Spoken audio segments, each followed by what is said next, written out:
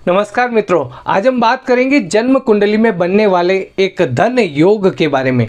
मित्रों, धन योग एक ऐसा राजयोग है, इसके बारे में ज्योतिष का हर एक जिज्ञासु जानना चाहता है कि मेरी जन्म कुंडली में कोई धन योग है या नहीं, यानी लक्ष्मी आने का रास्ता बन रहा है या नहीं बन रहा है, धन की प्राप्ति होगी या नहीं होगी।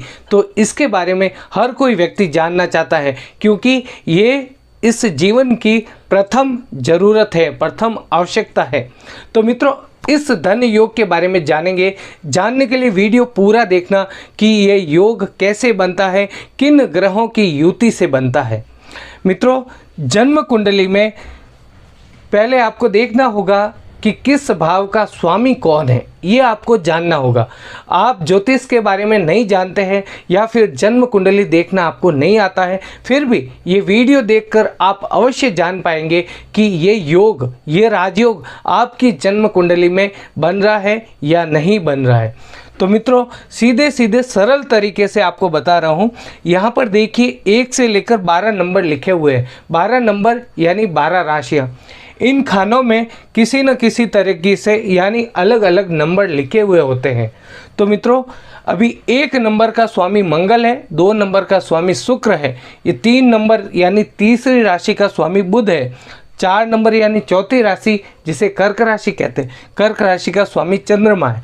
तो ऐसे आपको देखना है कि आपकी जन्म कुंडली में आपको ये देखना है, ये जो भाव है इस खाने में, इस भाव में, इस स्थान में कौन सा नंबर लिखा हुआ है, ये आपको पता करना है। मान लीजिए यहाँ पर 12 नंबर लिखा हुआ है, तो इस भाव का स्वामी होगा गुरु ग्रह, ये ऐसे आपको पता करना है।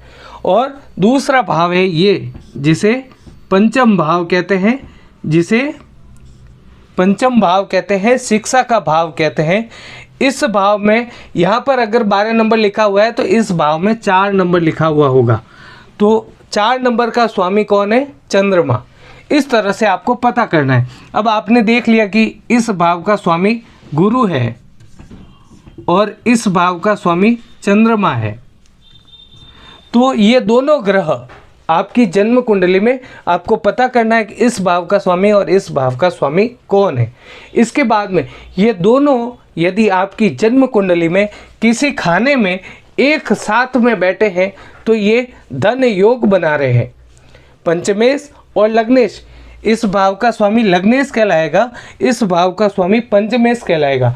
तो आपकी जन्म कुंडली में पंचमेश और लग्नेश यदि किसी खाने में, किसी भाव में, किसी स्थान में एक साथ बैठे हैं तो ये धन योग बन रहा है। ये एक तरह से शुभ योग, ये राजयोग है।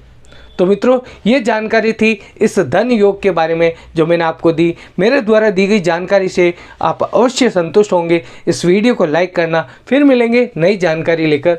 धन्यवाद।